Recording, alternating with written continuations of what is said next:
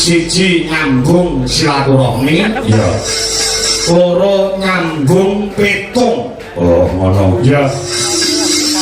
Karo sapa? Karo keluarga agung ing mapan ana ing Kuniran. Iya. Purwosari Bojonegoro. Heeh. Kok sampeyan ngendika siji nyambung silaturahmi, loro nyambung petung utawa nyambung rembug kuwi karepmu piye?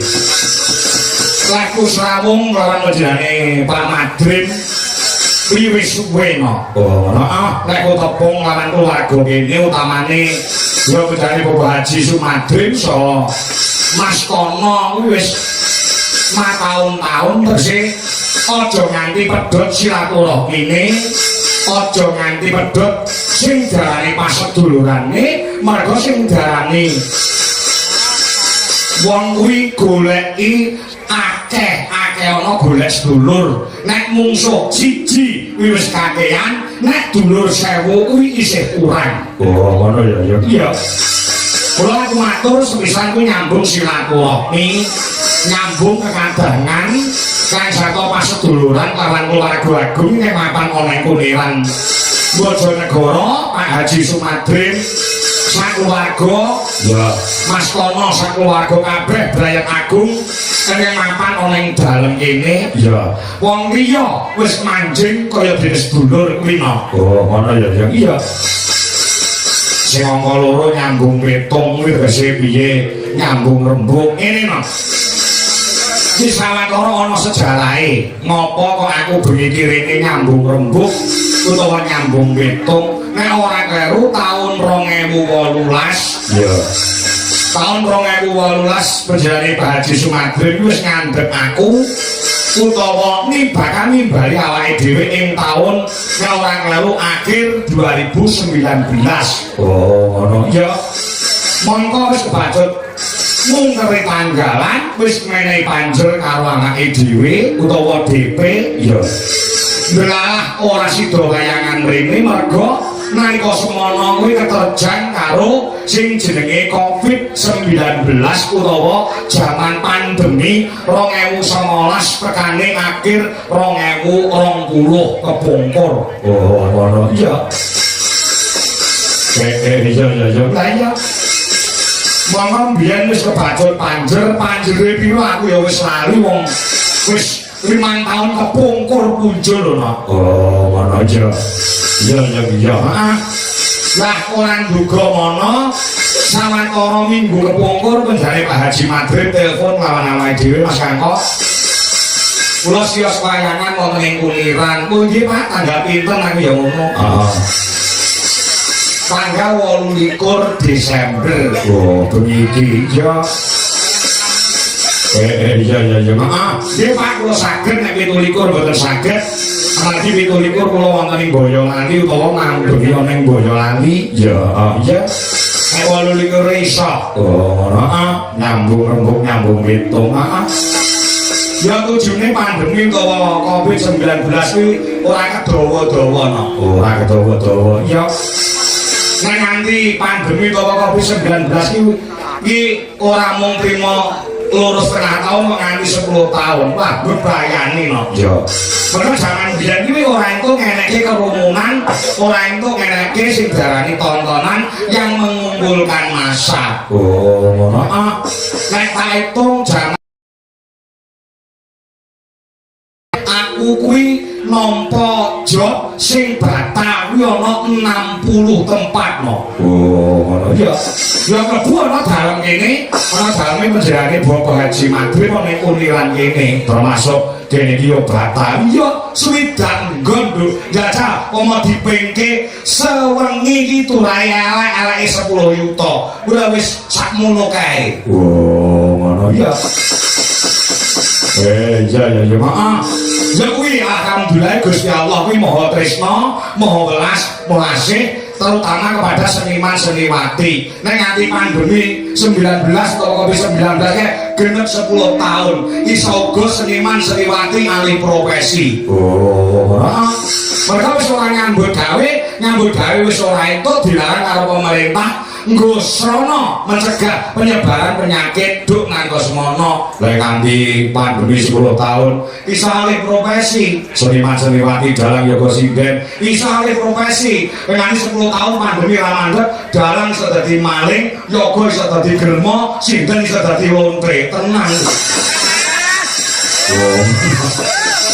ngono ya iya ya mergo kahanane duk nalika semono kaya ngono kae sangat mencekam oh ngono ning alhamdulillah lewat karo 2021 kan wis pengen wis iso nyambut gawe meneh nganti sak yakine ya ya dadi DP-ne panjere ora dilangke kaya aja diganti sementen tak iki DP panjere saking kula sementen kok dilongi mawon lah bar omong ngono 2 minggu kepungkur kuwi wis dilunasi langsung ditransfer dina kuwi lunas-nas awake dhewe rene iki asline mung nyaur utang ngono ya iya nyaur utang dadi awake dhewe malah kok omah iki mesti kaya abot ngono dhewe mlaku rene oh wis dilunasi oh jenenge Pak Haji Madrin iki piyayine wis ngerti dhewe ta Mak ya piyayine kaya ngono kuwi omong rapate iso oh ngono ana ning tangan amal wis ngendika dhewe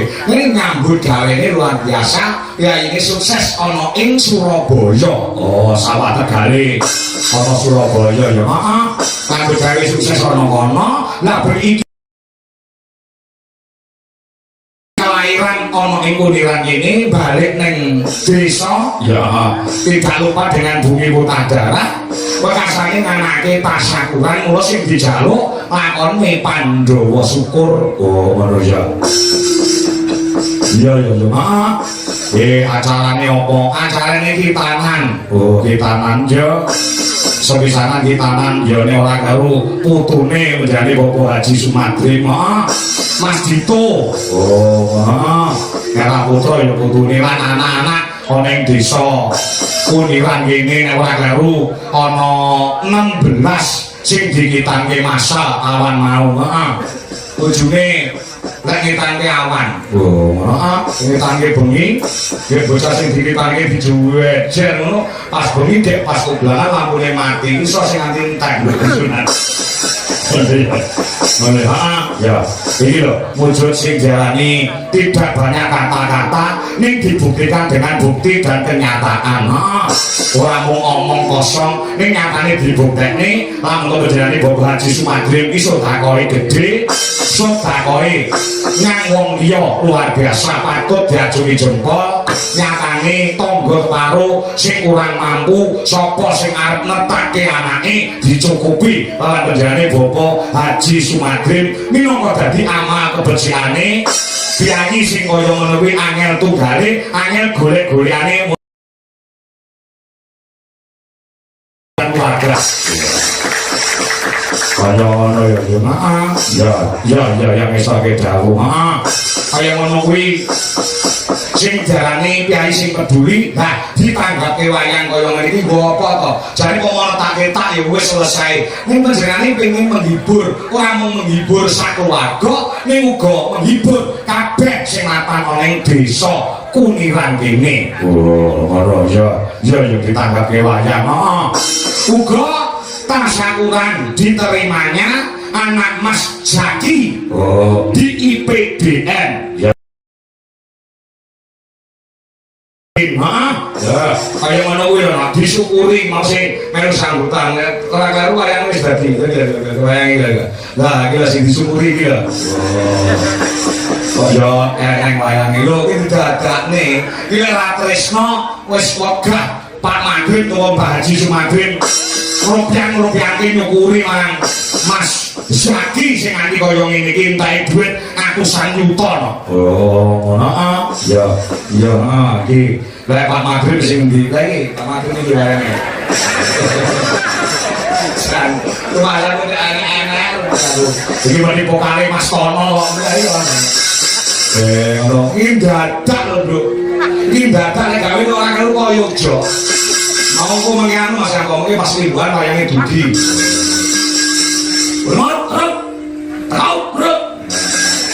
ya dalangnya gak mau kalah masanya dalangnya randuwe kok lho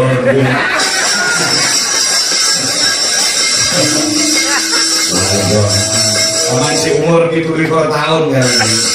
ya Si mau nakal-nakale. oh ya ya ya ya sebentar sama ya Sudah sama.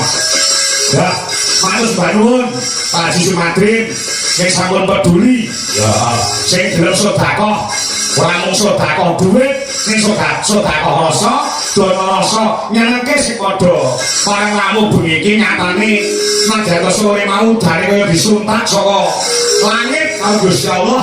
Ning setengah 8 wis ringkas, wis terang, mulo bengi iki sing pareng aku ya pirang-pirang tumplak-blak kebak dalem ana ing kumiran kene no. oh waduh ya ya Dungo bebarengan kangge srana pagelaran wayang bengi badhe srana berkah Gusti Allah diwujudke karana udan sore mau berkah saka langit diturunke kanggo panjenenganipun Pak Haji Sumadrin sakulawarga pekasane manggih Raharja Wilujeng ing Sambikala pinaringan bagas kewarasan sehat walafiat sukses nyambut gawene sehat awake dawa umure lancar rezekine selamat donyane selamat akhirate Allahumma amin Allahumma sholli wa sallim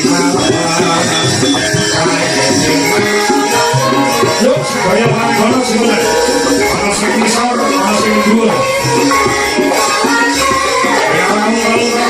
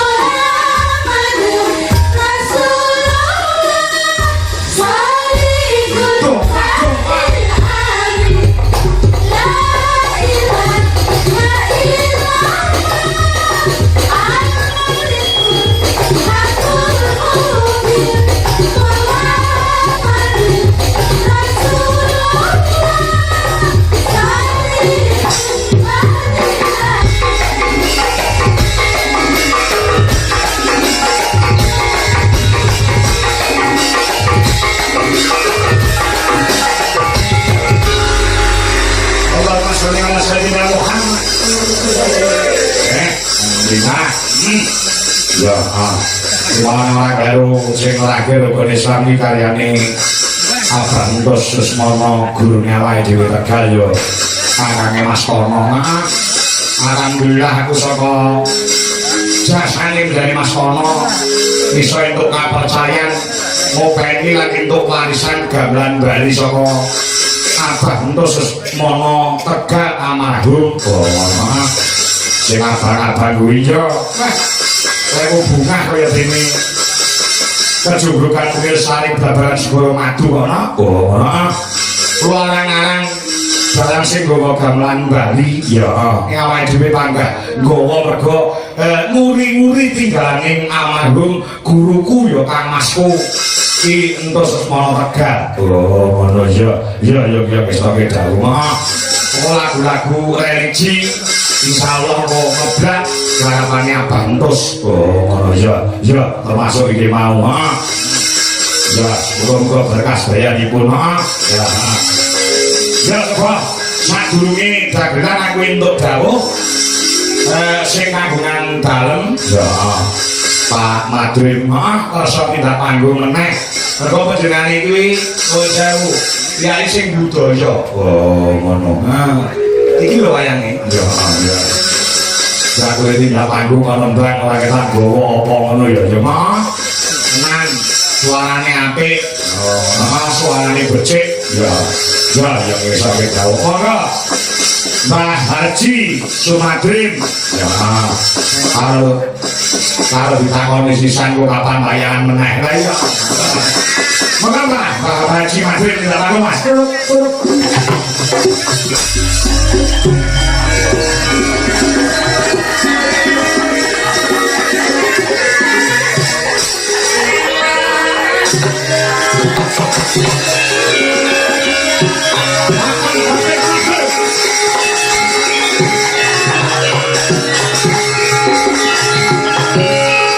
Jangan persis angling Darmo.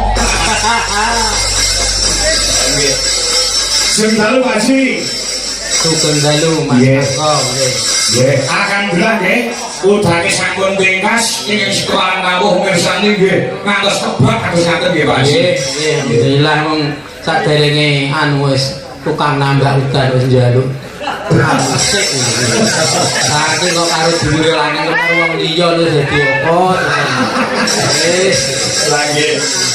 Ini tegese udan sing medhun kala kamu jenengan berkah saka Gusti Allah kumrake panjenengan sak keluarga ngoten Pak Haji. ngiduk karo anu dulure dhewe. Untunge ngiduk karo mulai tok-tok cengele tenan. Nggih. Mama badhe paring dawuh apa Pak Haji? Ngaten iki kok ruange to Pak Haji. Wayangan ngeten lho ruange ngene tiyang kathah nggih.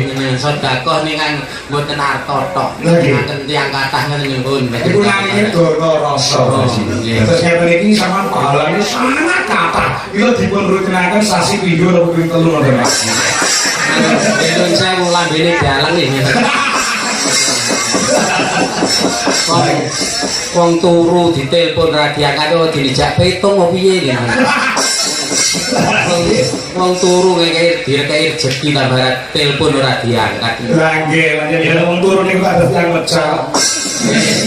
Enjing kula telepon jam pinten jam 09.00 jam pinten. Nggih, ngene tangi niku Pak Haji. Lah nggih terus Langsung kula telepon bae, mboten mau Pak Haji, bayangan Pak.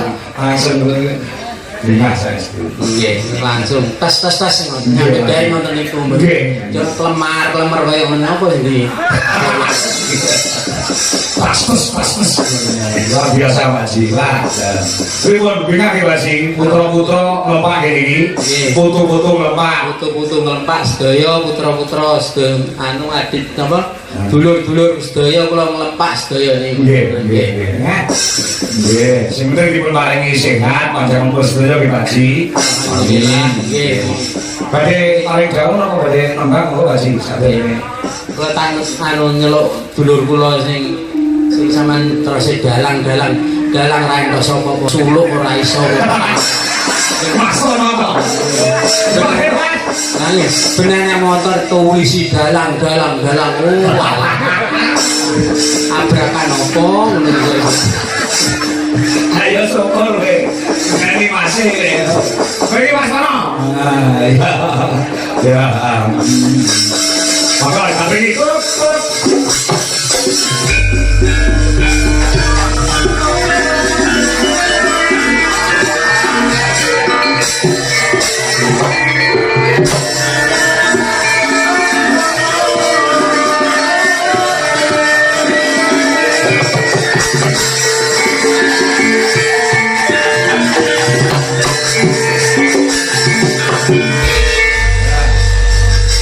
jalan ini dalam pas Haji Madrid. Jalan ini kok gagah gede dhuwur, gondrong, sangar pas kok Pak Ji. Nek dados jalan. Dalang ngopo ra entos apa-apa. Kok mboten ngomong lho Mas Tono. Nggih, assalamualaikum warahmatullahi wabarakatuh. Waalaikumsalam. Matur suwun Mas Kangko. Siap. Mbak Kangko, Nggih, Mbak Dwi. Mbak Dwi nggih. Sedaya grup nopo Dwi Solaras ini. Dwi Solaras Indonesia. Matur suwun Mas Dwi sing kula tekuni bendinten. Oh, Mas Dwi sinten? Dwi Atmanto. Mboten Mas Dwi. Oh, Dwi peneliti gamelan. Nggih. Oh, nggih. Nyuwun sewu nek dalang iki ora enek jeneng grup ora enek. Apa? Grup apa mboten ngoten niku carane. Berarti pripun Pak Ji? Dalang nggih basane dalang grup niku napa niku? Grup niku nggih Pak Guyuban. Sangga. Pak Guyuban. Grup Apa? lho, kok grup apa kok grup lho. Lah kok ngetes sampean lho. Aku ngetes sampean iki sapa galon. Nggih, Dek, nggih. Lah suruh ya jelas menang aku mbek sampean. Ah, iya iki. Iya. Ya cuma kula kan Bisa dibuktikan? saged. Oh. Cuma kan betul kula judono mungkin anu napa Pamore kalah. ya jelas kalah kali. Kula ngalah niki Mas. Ini dicobes, anu dicoba piye? Apa gede apa lah apal lagi. Iki kula badhe matur. Pripun asal? Sing masalah kula kan ditugasi napa nggih bahasane apa? Tugas aku sampean tugasi apa iki? Sing wingi lho, sing rong dina iki lho. Wong kuniran ki jenenge nambah. Oh, nambah. Nek wong Pawang udan. Pawang udan. Ya sedaya kan ana rupa, ana rega to, Mas Kangko. Laras. Lah opahe niku mboten jelas ya. Mula sore Pak udan. Oh, kelas. Sesuai ngendikane, pokoke pas wayangan gak udan. Sampe lak kok ngono ya tak buktekno. Dadi rong dina gak udan terus badhe mantur magrib kok kan boten Jawa to. Betul. Nah, kula dudono. Dadi keseten kula niku kula dudono. Pokoke pas wayangan gak udan. Kan nyatane kan gak udan. Ki terus to. Lho, piye jajal? ya ora kok sing merucuk kowe mau ngopo meneh. Iku dites ngono. Lah sapa tambahane rokok sak slop maneh ya terang man. Durung wis rokok siana rong slop karo golang galing ya. Kok mayar itu. Nggih. Nek kula anu Mas Angko, Pripun, Mas? nek saged suluk kok. Saged. Saged nggih. Cobi. Nek saged ki apa almarhum Indus. Wow. Sulit apa? Kulan mulut Terus. lahiripun Kanjeng Nabi sang guru sejati ramane Raden Abdullah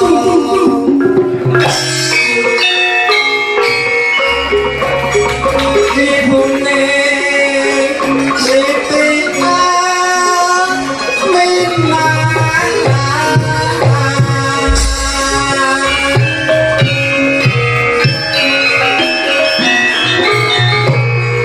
Aminah ane enaka lahir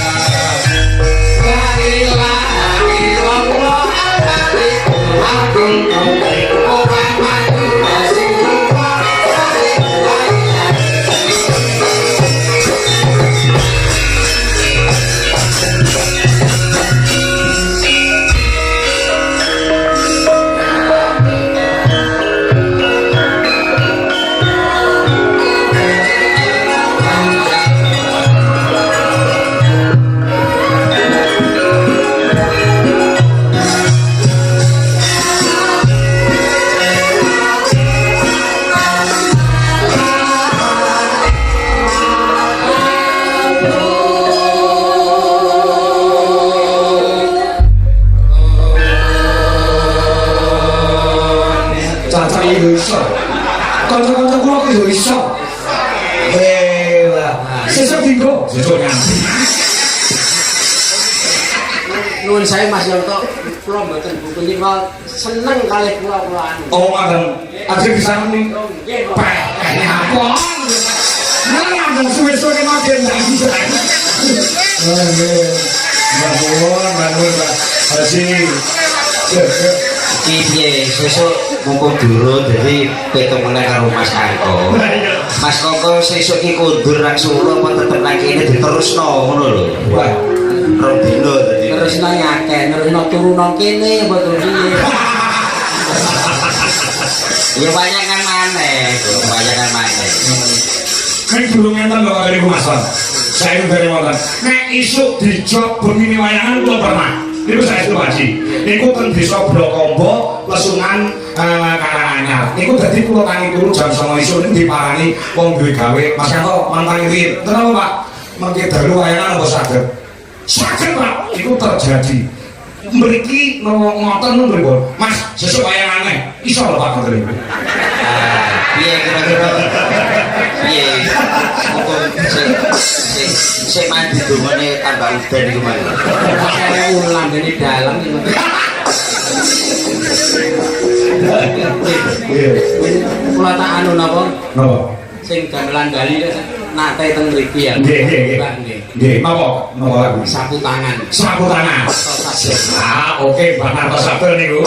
Nggih, ayo sama. Awas siap-siap langgar, lamun aboko kompak iki mengko disemoni ae. Yo, sapu tangan garap gamelan Bali. Nah, wis bantu kali ibu-ibu nggih. Salah nggih. Luar biasa. Oh, alah. Ora terima bayar tok ya nonton bareng ya gelem Mas. Yo, sapu tangan karya Ki Narto Sabdo. Yuk.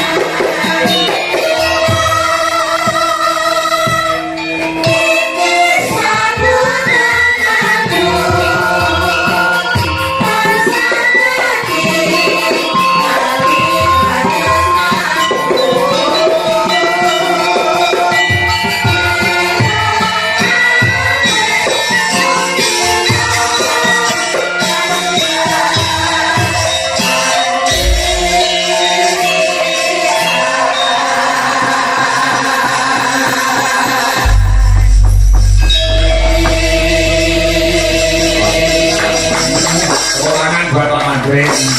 yang bukti dong lo suluk iso Suluk iso, rembang iso, palaran nggih saged. Jenengan sing mboten saged napa, Pak? lawak yo iso Rabi mrih. nang ya Gila, Pak. Iya, tapi boleh ya ketok balik. Lah nggih, Mas.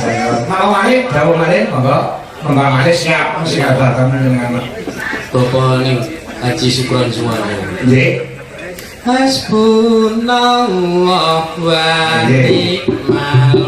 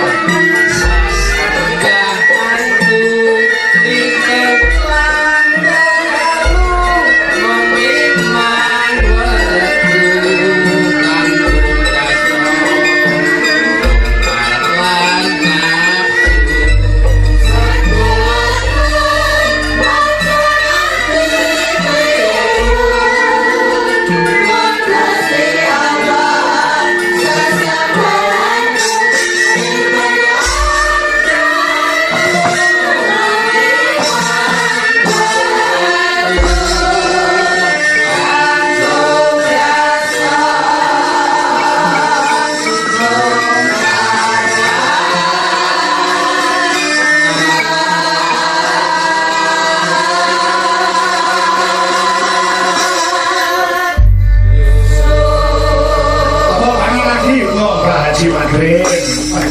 Apa-apa apa masak jenengane ning apane kapan to, Pak Ji? Istimewa ya. Apa? Kula nek wong nom-nom ngeten iki kan gampang golek duit. Nggih. Ibu-ibu kan misaken sing ibu ingkang sampun Oh, nggih. Panen yo tuwa iki wis tuwa kok. Nggih. Aduh,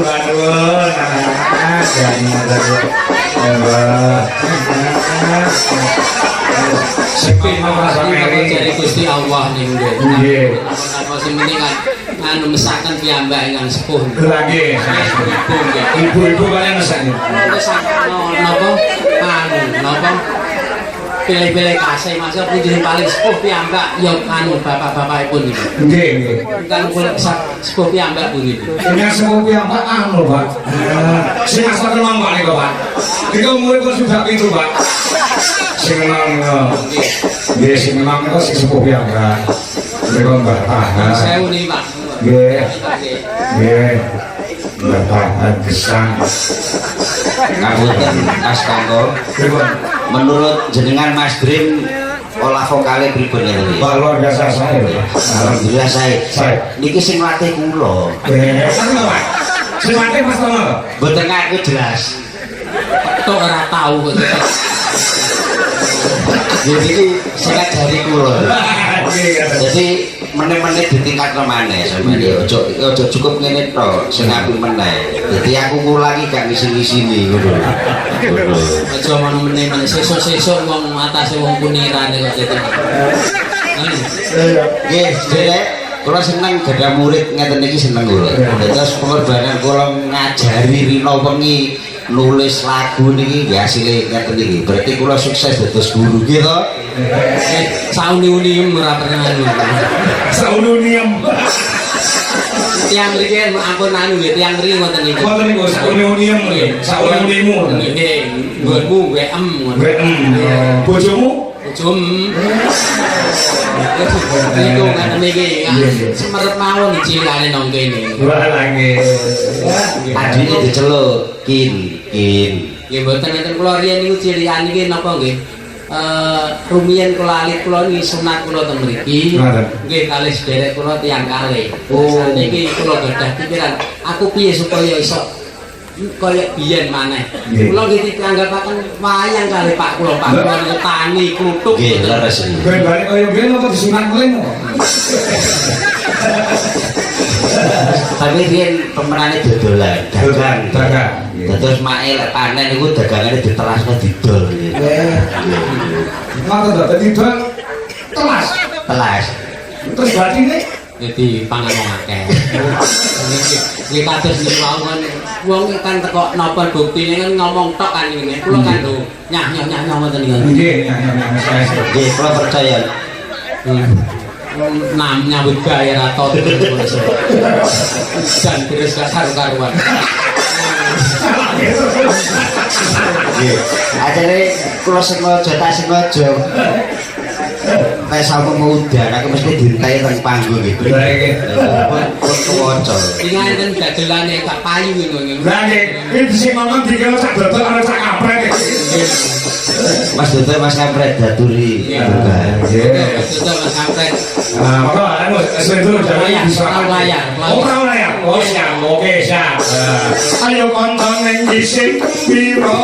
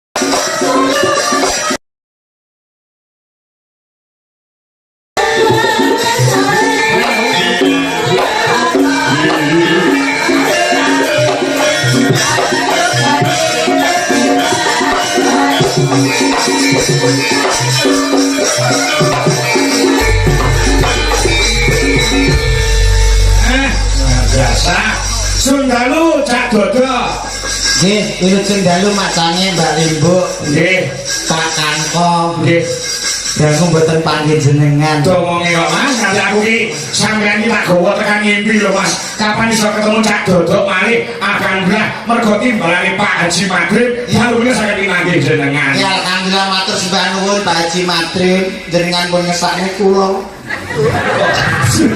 untuk kesan kaya wis nangis Jenengan boten nanggal kula dalu niki benjing kula bayar cicilan mekar piye.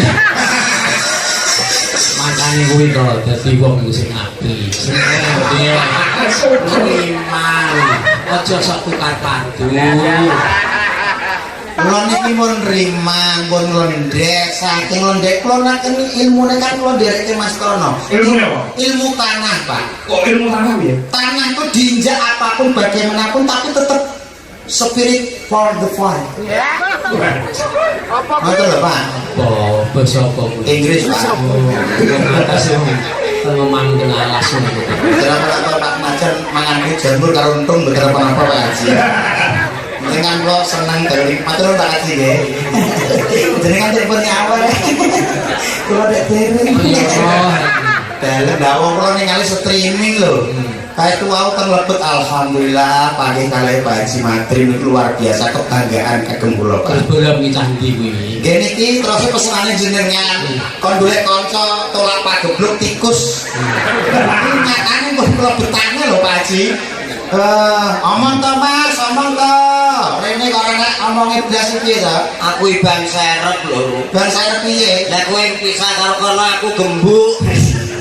Apane lho Mas ora ngono kok iki Aku wedi aku. Petinya apa? Dalang ki walah bungak-bungak kerone ra kaprak.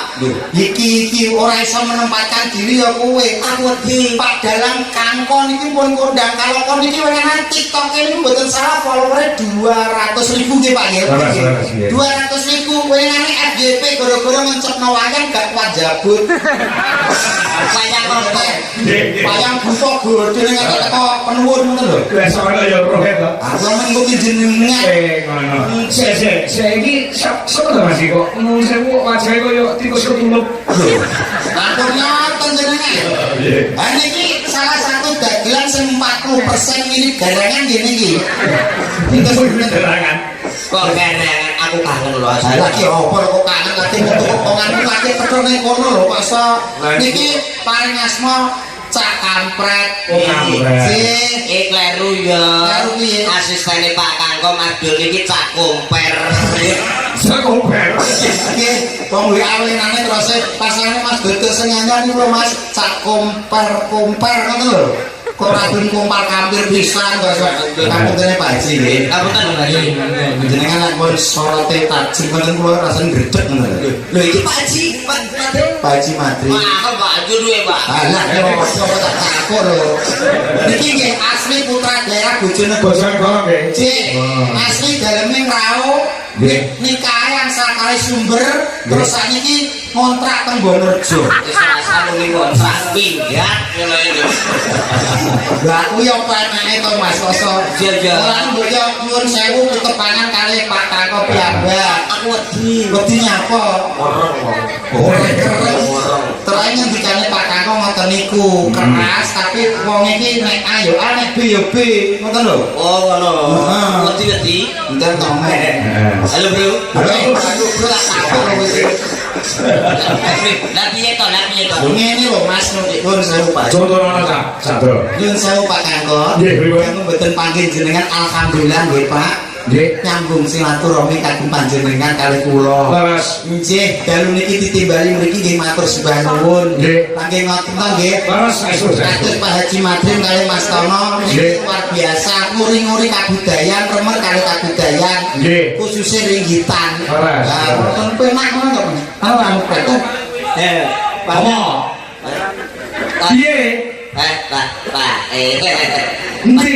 Pak Karto menangan. Yo, apa-apa kok Pak Karto menangan lho. Aku wedi tenan lho. Ditenang piye wong padha-padha mangan segone lho sampean ki yo wong kok iso Nek berbicara itu harus keras, tegas, bicaranya supaya bisa menghipnotis para pemirsa semua. Nah. Supaya bicara kita itu didengarkan. didengarkan. Ora kaya kowe wong bojomu dhewe ra percaya kowe kowe kok. Wah, Iki wong sewu Pak boten buka wati. Iya, Sewu Pak Haji Madya nggih. Ah. Nggih, Mas kono matur kanu ngoten nggih. Niki kan tingale cilik, Pak. Hah? Nek niki senengane rubah rabi ya, Pak. Lho. Lah niki bojo pun ping 3 lho niki. Kowe airport, Bro. Masih kejengan. Karena kok gak wedi ya. Kene wis bintang 3 kok Waka Polri lho kene. Kapolri. Lah tapi telu ya Mas. Ya Mas, ya Mas. Kuwi anak jabatan kowe ora bintang 3 wong rabimu ping 3 ngono lho. Lah nek sebabe aku rabi ping 3, Pak. Sebabnya apa? Lho ora roe bojoku tak pegat sing pertama. Ya nyapa? Lagi sekolah dhuwur pengen teko torpi sambil bedek.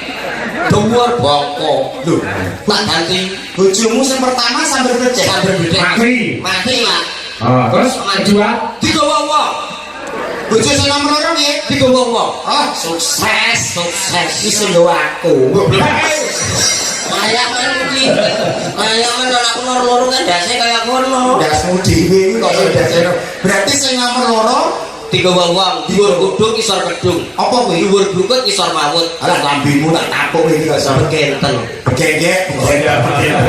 Dibasake iki. Masake apik. Sing Sing ketiga, sing ketiga. Alhamdulillah keluarga sakinah mawadah warahmah di dunia wal akhirah. Tangga dhewe engko nek aku macem-macem. Jadi maratuamu ya delok rene. Dan di maratuamu. Mbok lek joy bareng dhewe. Bejo jasmu kok tapuk iki lho. Karo maratuamu, karo maratuae sing apik. Nggih, Pak. Derek tetep angkat kekon nggih. Astagfirullah. Ewas kakak kula nanti dadi Pak Kakak lho. Papan. Waduh. Pripun jenengan karangan anyar niku? Karena Nggih, boyo lali. oh, Jenengan niku ta? Jenengan sing gak lucu belas. Ora lucu kok sombong lho kowe iki mbok ya sing apik sing becik. Nggih nyapo. Yo karo Pak Kakak iki dalan kondang sing apik ngono lho. kuwi jarane dudu aku bisa karo aku. Lah sinten Anu anu duwiku. duwiku. Anake Pak, anom duwiku. Enak. Saiki iki sing melu-melu aku kan nganggo jeneng Anom Dwiko, Anom Dwi Jos, Anom Dwi Gok kuwi ya enak. Umit kok. Ana iki siji ki anak dalan kene jenenge Anom Dwi Astuti, iki enak iki. Lho wedok. Ayo wedok dalan wedok ya ora apa-apa to, Bos. Awakmu wis ngomongan ro aku gak wani. Lah nyapa? Iso ben awakmu wis laris aku aja mbok tinggal. Alah yo. Wong iki basa Laris ngono. Kados Pak Kangkon iku nyuwun sewu bersyukur tanggapan pira-pira nek dilakoni insyaallah berkah ngono lho Mas. Bersyukur ngono. Jaga. Bapakmu ragu bersyukur kok. Wis bersyukur kok. Lah nek bersyukur nyapa kok ragu ping 3? Coba. Ini coba mbok nyoba kan anak pepatah bahasa Indonesia mengatakan Piye? jangan sampai terjerumus di lubang yang sama. Akhirnya Lambe ping 3 lubangnya beda-beda.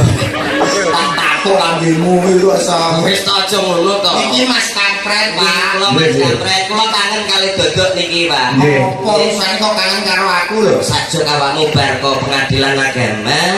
Nyapa kok pengadilan kamu? Lah jere pegatan karo korban. Lambimu kok ngono wae iki kok sampe. Wis karo aku lho. Wah, aku mbok kek 350 minyak. Ora mboten Pak, mboten iki to. Kowe jare wae sing streaming wae channel lho. Lah nyapa? Wae aku didarani tukang mangan dhuwit.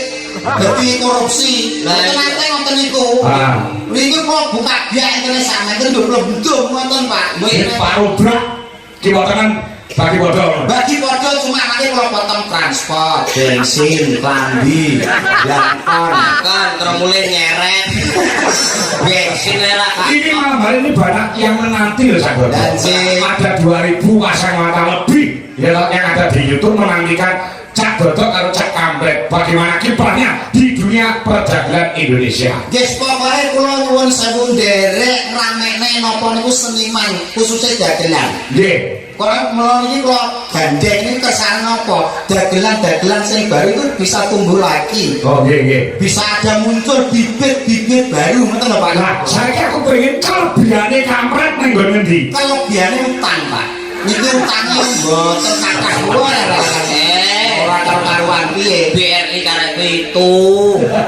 Itu yang akeh lho, Cuk.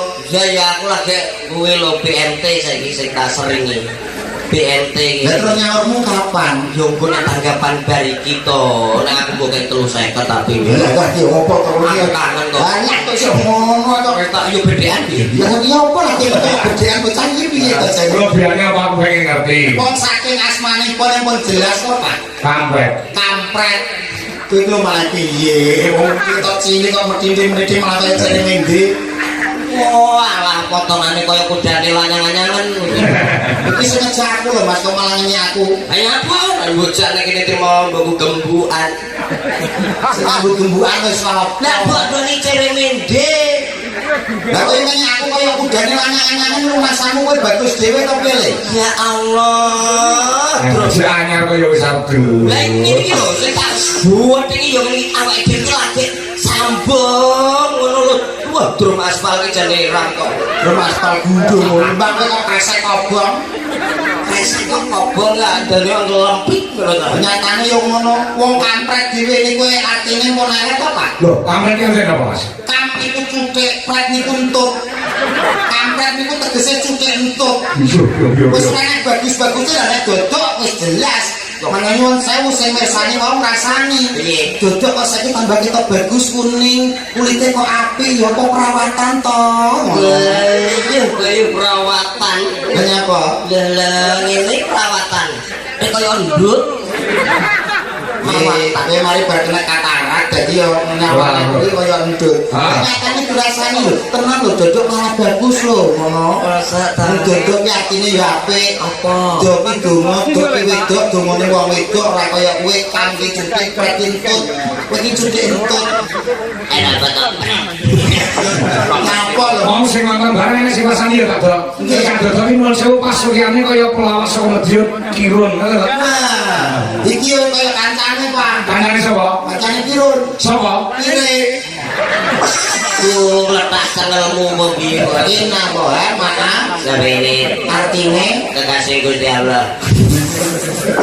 aku nyawake nggih brene kaya buren to. Ngene masa Rata-rata. ayo bedean kok piye? Kok bedean itu lagi munggah kok bedean Aku Mas. wis kangen ayo bedean. Alah kok kangen itu demak-demak demak. Oh, Mabuk lho. gopo mabuk sing iki apa kecok. Wah. Itu aku malah begini. Piye Bapak non? Wah, kena upas. Upas sing mulo to piye kok upas kok iso ngregetne wong iki jane nuwun sewu. Bang, adicarane napa, Pak? Adicarane syukuran. Syukuran tasakuran Nggih. itu panjenengan Bapak Haji Madrin kali Nggih. Mas Tono kali Bapak Solikin. Nggih, matane putu. Nggih, putune Lan matane kabeh sunatan masal. Nggih. Sekitar bocah-bocah sekarang ini go tasakuran atas diterimanya Ananda Zaki di IBDN. IPDN kowe ngerti apa ora? Iki pendidikan tinggi Mas, urusane karo negara. Paham ora IPDN? Paham aku yo S2 kok anggap kok. S2 berarti sanggure sarjana kowe. Ora. Lah, S2 piye? SD karo SMP. Ya S2. Oh ya. Wis ora apa-apa. Supaya aku gajah duduk ini to. Duduk bundulmu lho. Iki IPDN, kowe ngerti apa ora IPDN ki apa? IPDN kok gak ngerti. IPDN. Kepanjangane. IPDN. Bocah iki tak bar mangan botol lho jane iki kok iso. Pasti artine IPDN ki apa? Lah iya. Apa? IPDN. Kepanjangane. IPDN. PDN. Rene. Ya Mas. Sak setrum cangkemmu kowe kok gregeten aku sese. Iki iki sing setrum ero garing. IPDN nggih Pak nggih. Alhamdulillah. IPDN iki Institut Pemerintahan Dalam Negeri nggih Pak nggih. Leres. Alhamdulillah lho ngeten iki lho. Lho iya lho. Nek sekolahe dhuwur kaya aku ya sine iki sarjana lho Mas.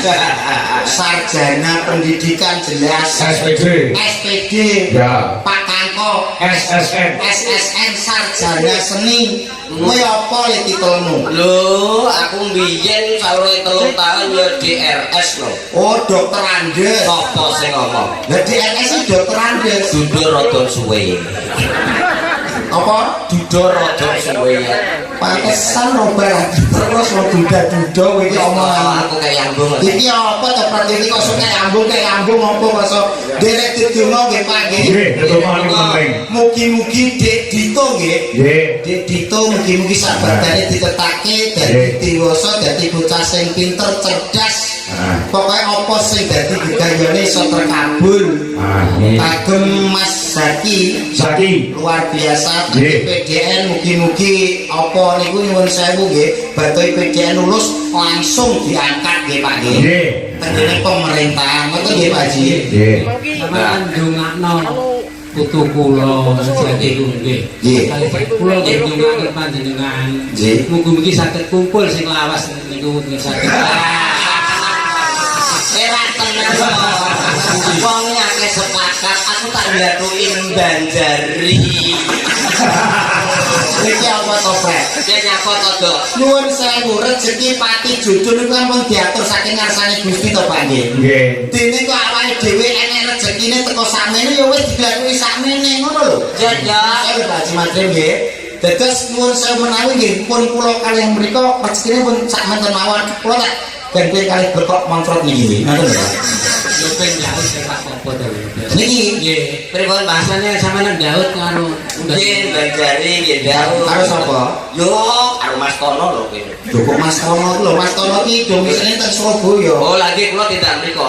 Mau tindak aku rono. Lho, kono. Ini Surabaya. Iso lho kok. Kok Mas Tono? Golek rasa. Kok golek rasa ki jane apa to potine? To aku kan kok. Ayo ngene. Ayo bedean iki. Kok kita gede, aku tadi kontrol tapi Aku wis pengen bedean ayo. ya bedean tapi kan tunggu waktu sing penak. Ya ya mruntu semasa angin nggih Mas.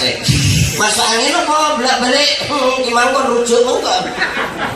Lambimu teko ndi? Kowe karepmu ape piye? Aku rapi piye yo Pengen bedean. jojol Terus saya kok kok kula turuti. Yes, siap. Ini bedean. Yes. Berarti kowe pengen ngajak pinter-pinteran. lho jojol no. Saurunge bedean ning aku duwe syarat dhisik. Piye syarate? Kowe kudu tak bedhek isik ya kakek cerita. Engko nek sing syarate siji. Apa? Kowe gak oleh ngomong sing jenenge ora. Nek ngomong ora kowe dituthuk. Setuju? Iki tenanan. Setuju. Setuju. Setuju. Nek sing kalah bojomu tapek, Iya. nek aku kalah bojoku tapek dhewe. Lah kok bendal nih.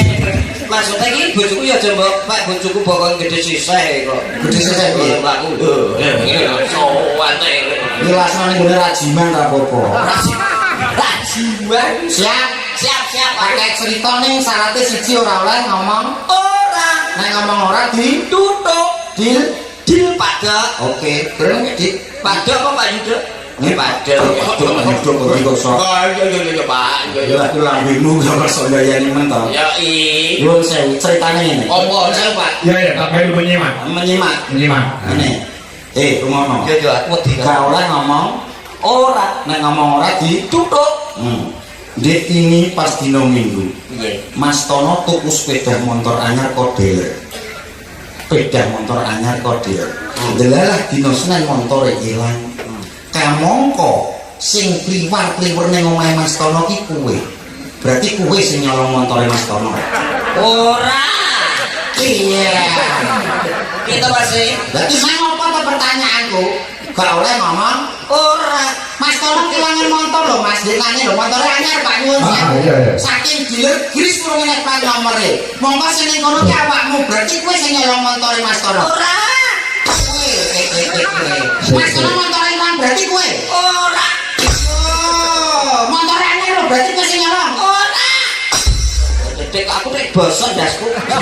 Ganti masih. Ganti apa to? Saya bikin contoh kok kulo sepeda motor hilang. Lho lah iso. Ketok-ketoke Mas. Niki mboten tono jenengan tapi tono kulikan krecek. Masa to. Iki balik. Iki. Ora. Ora jadi tutup. Oh. Mboten kuping bosok we. Mas Tono. Hah. Motor dealer. Lho kok iso motor dealer iku truk tapi gitu. Sik. dealer motor Mas yo. Oh iya, dealer kok montore Mas Tono to. Dealer dituku motor. Oh piye to ceritane piye to? Ngene lho, Mas Tono ngedono motor kok dealer. Montore ilang, monggo sing ning kono kuwe. Berarti kuwe sing nyolong montore. Ora. Piye to ki? Mas dealer motor. Basa Mas dealer motor piye to? Mas Tono. Heh. Dealer motor ilang. Duh, basa dealer motor ilang iki piye ta prek iki? Lho, anu sing nyolong sepeda motor ora. Duh, ora berarti yo kowe iki ya. Kowe berarti. Piye to ki kok balik? Mas Tono motor ilang berarti kowe sing nyolong. Ora. Iya, kowe berarti. Terusno. Ilang montore kowe iki. Ora terus. Berarti kowe. Oh, lah terus saya ketok gembur. Kowe nyolong montore Pak. Ora. Kowe. Ora wis. Napa? Pak. Lho, Pak Haji kok takoki. Jenengan kelangan montore Mas Kono. Iki piye to? Lah iki jenengan apa ngertos? No, jenengan napa ngertos? Jenengan napa ngertos sing nyolong sepeda motor? Oh, gak roh iki. Jawabane gak roh iki. Lah mbok karek kowe gak karo Pak Kanto. Kudune jawabane ora kok. Ya, Aku terus lagi. lho nyatane kowe yo ngomong ngono kok soal Wah, alam serasa nanggung ngene iki terus saya ketok bledos dah. wis tak disyukuri. Pira-pira nek disyukuri insyaallah kok lumintu. Nggih, matur Pak nuwun. Kanto lho takoni ora. Mas Tono Pak Kanggo. Hah? Apa? Motore niku ical. Ngerti. Padahal riwariwi niku panjenengan sing enten teng daleme. Ah. Napa jenengan sing nyolong sepeda motor? Mbok. Mbok aku. Mas Tono niku kelangan sepeda motor. Ah.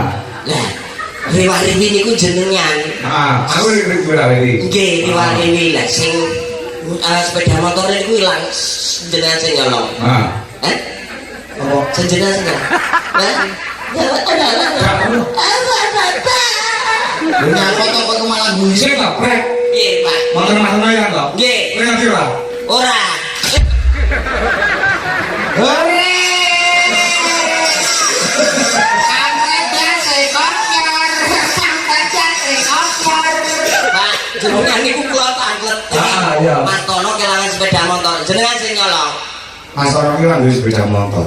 Duwene mobil. Oh, dene mau. Lah kowe ngerti kok gak, Pak? Ora. Malah ngejek kene. Tanda kasih sayang.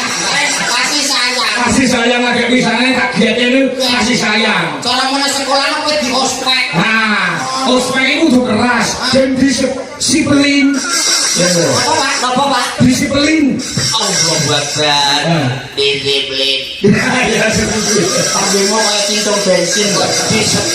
Disiplin. Wis rasa bulan meneng kono kowe. Mbak, sampean nyolong sepeda motor. Jawabi, Mbak, jawabi. Sapa ora ana sing bener? Sapa ora ana sing bener? Pas apa? Iya takoki siji-siji sapa ngerti ana sing bener? Oh iya. Mbak, Mbak gundulmu apekno, kowe ora ngerti kuwi sapa? Hah? Kowe ora Mbak, kowe Mbak. Kowe ora ngerti sapa? Lah nyapa? Aku mau wedi to. Lah nyapa kok wedi? Iki mosok dene bapak. Nggih menika garwanipun. Nek iki lho manut mbok takoni. Lah nyapa? Lah Mbak Aku jane gumun apa? Apa? Mesti sinden iki lho sing nom-nom kok mesti dijejerke kali dalan.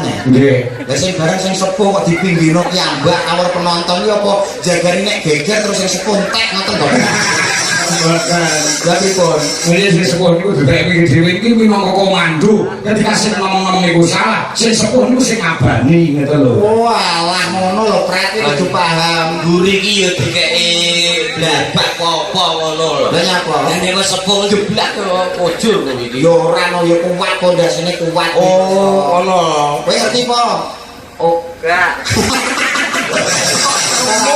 Kowe tak turuti iki, Pak. Ah, ya. Kowe jam sono bedhamu apa saiki? Kowe Ah. bedhan apa? Tak gedhe tenan. Iya.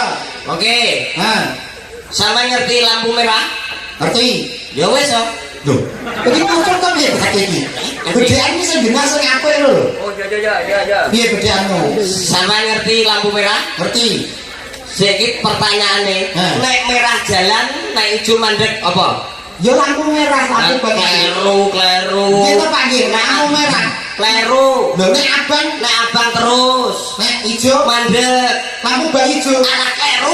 Lalu ini Alah kleru. Ya lampu. Alah kleru. Ya apa lho Pak? Kowe ngajak piye ngajak piye? Kok becek cocok tangan loro. Pokoknya Jawa. Wis tong tak jarak kowe kata tok Boleh mason Lah sing bener apa? Sing bener Pak Kangko ngerti betul Pak. sing bener kuwi wong mangan semongko. Lah kok iso? Lah nek abang gak terus nek mangan. Ijo kan mesti mandek, gua terus no bongko kowe klolotok sih. Iki omonganmu ya ora tepat Pak. Iya. Ya bener kok Pak ya. Bener nek kurang bener. Lah ki napa? Mangan apa? Mangan semongko Nek abang terus pangan. nek ijo Mandek. dan nek sempong kau nek kuning. Oh semua kan kuning ya? Iya, Pak. Hanya si kuning. Iya nek kuning. Oh nek kuning terus Mas. Terus piye? Terus nek kali ngambang. Apa iki kok Oke, 1-0. Pertanyaan berikutnya. Oke. Coba yang isor sing diminta ning dhuwur apa? Kapal mabur? Salah. Pesawat? Salah. Helikopter? Salah. Sepeda motor? Salah. Sepeda motor ning dhuwur pocong tapi berat iki. Dan motor kono ning dhuwur. Apa? Kucing jangan-jangan. Kok iso teko kucing anyang-anyangan kowe wis sekolah apa itu, Sob? Coba yang isor sing diminta ning dhuwur apa? Katok gak iso Mas, saya ngerti, gak ngerti. Gendeng bocor. Udan plek sing didelok dhuwur. Mikir. Masih mikir kok kene to Mas. Ah, jere kowe pikiranmu cebot ning bokong. Mikir iki. Apa kok ngono kuwi? Lah yo medun rewo ini. Ini pertanyaan. Yo pertanyaan meh no. Niki kula gadah. Lah ini iki. Kenging jenengan asmane sinten? Kula Mas Komper, Kampret. Mas Kampret. Mas anu Muhammad Dodo. Mas Dodo. Kenging nopo kok dijenengno Mas Dodo? Sebabnya kon di anu sing duwe kelairno sing bapake coba Iku jadi piye to baca kebon to iki lho ditakoni aku. Lah kok patah-patah iki jawabane apa? Sebabnya yo dilairno Mas. Nggih jelas niku dilairno. terus? Bener tapi salah. Lho, enak bener nek salah Lah sebabnya napa, Mas? Kenging nopo kok dijenengno Mas Dodo? kenging pawat. Terus iki pocong to biasa. Dodok menika mergi dongane wong wedok, Mas. Niku bener tapi salah. Lho, cek salahnya Mas. Sing jeneng aku kok disalahno piye? Iki bedekan kok. Lah sing leres napa, Mas? Mbon katok Katok Mas. soalnya lemu gede dijenengno Dodo. Dan nek cilik. Dadi Didi. Aku kebiduk iki iki jelas. Nggih ora apa-apa to Mas Didi. Kok Mas Didi sapa kok iso? Kowe iki pertanyaan apa nek? Wis akeh no pertanyaanku kok. Apa? Iso munggah ra iso medun. Ora bisa munggah, ora iso medhun. Alah ra iso. Ketek munggah. Alah ra iso. Pertanyaan Ora iso kok ketek to caki. Ya aku ngerti kuwi ya. Iso munggah ra iso medun apa? Anu sliro. Alah kleru. Apa? Munggah haji. Munggah haji masuk enek medun haji. Ora enek bre. Ayo satu kaca. Iki apa kok merogong-merogong iki kocok Cuy Pak baik. lambemu aja mambas kuwi kok. siji malih nggih. Apa Pak? Siji malih. Jenengan gandeng kali Mas Kampret iki kira-kira digawe suwe apa digawe dulu? Nih, pertanyaan yang sangat berat ini. Loro-loro ini butuh jawab. Oh ngaten. Nggih, kula pengine nggih kantor Sik, iki mriki. gak nek kopine lho iki. Anu iki materi napa to Mas? Lho lah iya, iki bom Iki ini. gandeng Mas Dodo karo Mas Kampret kan pun gandeng. Nggih, Iki digawe dulu apa suwe? digaris dulu bos kowe. Lah niki ampun bisi kersa Mas, menika kantun ingkang maha kuwasa. Lah nek rencana kula karep kula nggih tetep dangu. Bener, kabeh itu apa dari sing kuwasa, tapi kan awake dhewe nggih cita-cita tak terusno apa gak kan. Terus no piye lho? Nggih diteruske. Diterusno ora aku nek meteng piye. Ya metu kok digugurno nek wis to pret. Apa denane watuk ben yo pokon gugurno. Watuk to, gugurno. Watuk digugurno. Lho ora nek meteng lho. Lah iya iki Lah terus pripun Mas Tono? pripun iki? Lah iki kan jenengan Nggih kula manut niki kok, Pak. wong loro digawe suwe pas dulu. Beda Mas. Dikasih bos dulu nek dulu langsung dipateni soalnya. Wis kok dipateni piye to? Bedamu to Mas? Pripun to Mas? Nggih. Nggih. Terus ngeten iki napa nggih? wong urip ini kan kayak kula dhewe berarti kayak contoh wong liya kula terus berarti lungguh teng mriki niku proses diseneni perkara udaman terus dilem-lem dengan munggah kuwi diamani mawon iki prosesnya jenengan niku lek pingine niku lek kula nggih kula pingine niku nggih sedaya guyuh Nggih, terus niku. guyuh enten masalah gede iso digawe cilik Masalah cilik dihilangi. masalah cilik lah nggih wong gede digawe cilik pamane cilik mau sampe digedhekno nggih Nggih. lah terus pripun Nggih, pripun nggih niki menapa tiyang kalih niki? bareng Nggih, boten saged nggih piyambak-piyambak. piyambak Nggih. lek aku bareng iki gak iso nggone siji digawe bareng ya gak iso ngarep mburi apa kiwa tengen ngono mboten Laku dhewe-dhewe ya wis wae tak medun sik ya. Ya apa kok medun sik iki kok iso awake dhewe iki nutupi wajib ditimbali mriki ya. Nggih, nuwun sewu Pak Kakon. Nggih, pripun? Iki kepareng anu jeneng menika pesindene menawi Nggih, Mas Tono niku kagungan lagu, Mas. Oh, Iki siang malu nggih latihan enek kekurangan nyuwun pangapunten. Lagune pitutur kumape wong urip. Hobi. nggih. Kita karyanipun Mas Tono, hobi kersanipun dipun kumandhangaken kaliyan kanca-kanca. Biasa, coba. Lek enek kurange nyuwun pangapunten. Oh, ya. Mriki garapan lagi aman mau lek latihan. Yo, monggo dipunaturaken karyanipun Mas Tono lagune urip nggih, Mas. Nggih. Mas Tono, gesang urip gesang urip. Iki kan direwangi kali Mas Tono sing nembang. Monggo, Cok. Yuk, kaya ngono. Karya Mas Tono.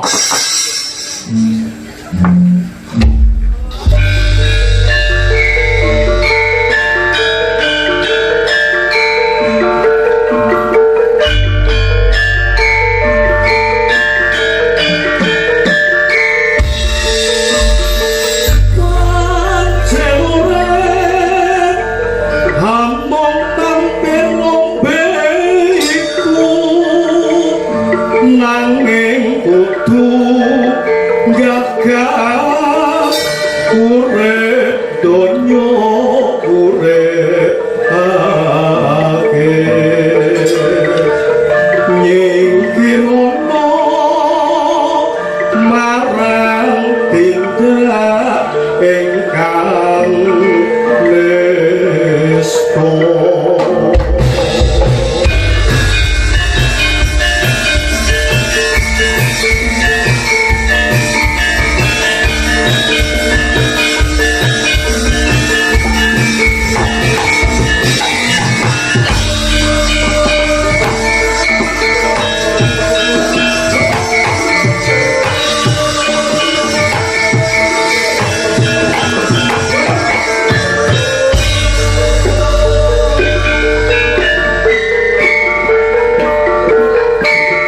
Ayo Mas Tono.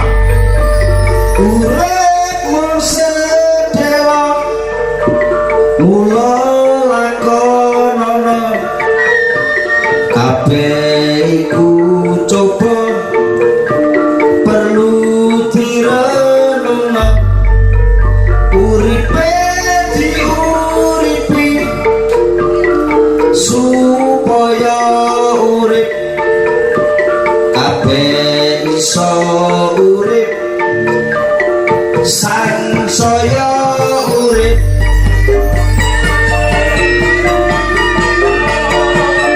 Coba direnungno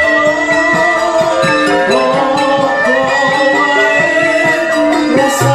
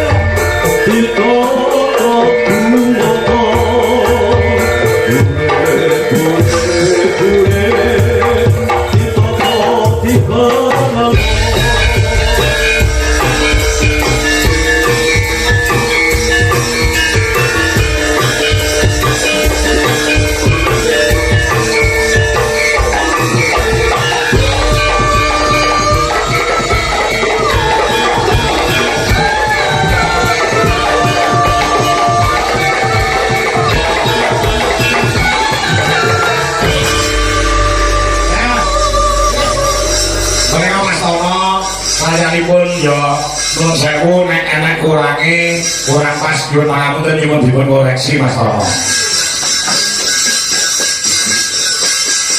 Istimewa terus iki cerita lagu ini kan pas kula kuliah luar negeri ini lho. Wah nggih. Nate kuliah nggih Mas. Kuliah ke luar negeri timbangane nganggur gawe lagu dados kewata gesang urip itu urip banyu wili waduh kata sing ini Niku kuliah teng universitas napa Mas? wis mungkin ngobrol wong loro lek dulu. Nggih, matur suwun Mas Tangko. Nggih. Istimewa dada tapi luar biasa jenengan sak apa Mas? Paguyuban. Paguyuban. Nggih. Itu istimewa lek jenengan luar biasa lek kula biasa di luar. Nggih. Matur suwun sangat Sami-sami. Nggih. Mereka kata Pak Mundut. Nggih. Cakdok kalau caprek. Nggih. Mereka saking Mbah Rasim. Dengan maman Momi Pojok Watu. Insyaallah badhe wayangan kula sakanca tanggal 16 Januari wonten ing Pojok Watu. Bluro. Nah, barek kuman Mas Kangko transfer 500.000. Alhamdulillah. Nggih, ampun kesupen tanggal 16 Januari dipun wara-waraken nggih. Wah, sampun wara-wara ning Pojok Watu Bluro tanggal 16 nyuwun lagon mujibat. Wah, itu. Mujibat nggih Pak nggih. Nggih. Wah niki daerah Bojonegoro Cepu Bluro niku pandemen wayang Pak. Oh, ngaten. Nggih luar biasa. Istimewa mula niki wau sing hadir sing rawuh wah hebat-hebat. Nggih. Wonten WMC wayang mania community. Leres, WMC sampun rawuh ke sore. Nggih. Bukan wayang bukan dalannya tapi yang penting melestarikan wayangnya. Leres. Ini gak wis suasanane serem, Nuwun sewu, nek mujibat kang gendho, wis diaturke goro-goro. Aji. Mancake para kanca-kanca paranggono. Nggih, Mas Sewu Mas Santo nggih. Pripun? Sing wingking ini nggih kula sediani videotron. Oh, ngaten. Luar biasa. Nggih. Banyak disembadani saestu. Ugi nggih wonten durprese mboten Pak Haji. Enten nggih, hadiah. Kulkas dengan pintu terus. Hadiah iki mau hadiah kok sampean kudu apik karo sing lawas.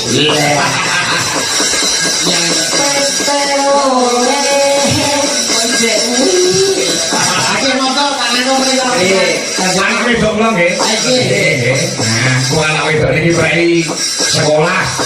Terus sing masa liburan dari nyanyi cara Banyuwangi kan gitu ya. Nah, ini kelas 3 SMP tante. Oke. Ngasih anak Hebat itu SMP pun pinter iki. Lah nggih. Niki asal juga. karo boe. Oh. Oh, lucu ya sama nih babone. Nggih. Ya dok, Rahesta di Kacandra Dewi, lagune loro sesigar ning digarap gamelan Bali nggih. Oke, mereka Pak. Asal joget nggih. Asal joget nggih. Oh, boleh. Mengenai Ora apa-apa nek lagu iki kudu dijogeti. Boten. Nggih. Wis gak sumuk ya. Ayo kenalan karo Om Dok ya. Alah cantiknya memang pepatah benar mengatakan Apa? buah jatuh tidak jauh dari pohonnya. Nggih. Sire sapa? Lah nek dipangan sodot. Terus tepat dipangan sodot. Iki ceblok terus dipangan sodot malah tekan ndi. Iki sing jenenge oh ya. Iya. Iya. Namanya siapa tadi? Tata, Tata. Iya.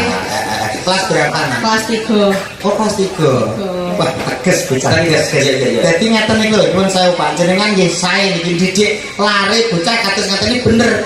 Ora kaya anakmu.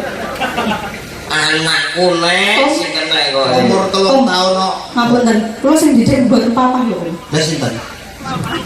Oh mama. Babone. Babone iki jane apa? Mama sing didik Mama, jenengan. ibu. Nggih. Kok didik apa? Aku matur merun. Oke. Hebat dadi mamae. Nggih. Wis sing sampe nggih sampeyan sawet dadi sinden sing pun kuncara. Amin. Kondang sing tetep andhap asor aja sombong. Mbak Ya didik sing apik ora kaya anakmu umur 3 tahun mbok mbene arak bisa. Apa kae jajal kok. Jajal kowe. Ayo Nduk, Iki jenenge Dodo anu Nduk ta. Malah dirasani anu dagelan sing lemu niku sing jenenge sinten lho Pak? Anu jenenge Cak Dodo. Oh lha yo rai kok gaji tok lho. aja ngono. Mboten. Sampeyan bener. Ora di gulu jare. Duwe Pak. Pundi. Gulu ya, gulu to, Pren. Di Gulu. kanku bokong to. Bokong budulmu bokong. Ayo Nduk. Monggo orang kan desa. Nah. Nah, gamelan bali ditancani. Nah, yo. Loro sisikan. Yo.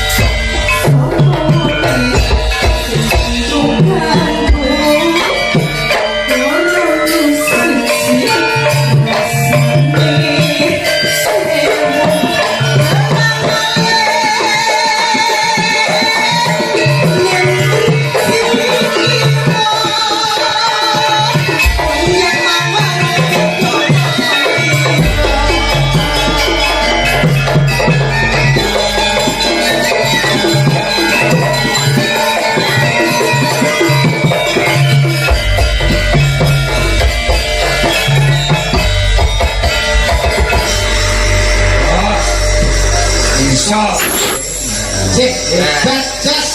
Anak wedok dan hebat. Nah, kowe nae wis.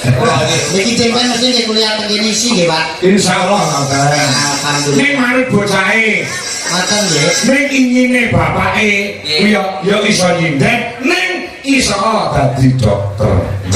Oh, ngoten. Nek bapake sepaya-waya masuk angin kuwi rasane dokter ning di apa jenenge rampungke karo anake dhewe. Ah, dirawat kali putrane dhewe. Ya dokter tukang kerok. Terus tukang kerok piye to iki to? Kesehatan kok. Ya, ngono lho, Pres. Lah niku mesti kesehatan ya sami. Ora Pres aku tak takok awakmu. Nggih nyapa nae? Kemauanmu golek bojo sing mbok kira mbok pilih bojo sing model piye to, Ramon? Pilihanmu. Pilihanku. Ya. Ya sing model dokter lah. Lah kok iso dokter? Dokter malam pertama langsung ditarik. Ditarik piye? Ayo, 3 kali sehari ya. Gitu. Ora dokter ngono. Bisa no, langsung dan dadi masih wedang duwe putra. Nah aku ya ora aku. Lah kan apa? Ya aku ya aluk kuwi lho tukang bakul gorengan ayam. Kok iso gorengan ayam? Malam pertama mesti tawari. Piye? Paha atau dada ya? Piye? Paha dada. Paha apa dada ya? Blutru. Blutru kosong. Wonten pangrutan mulai, Pak? Nggih ta, Sik. Nggih. Napa niki? Saking Nika kata sing monitor. Nggih. Nika saking Mas Nadino Pondokmu ta sing monitor.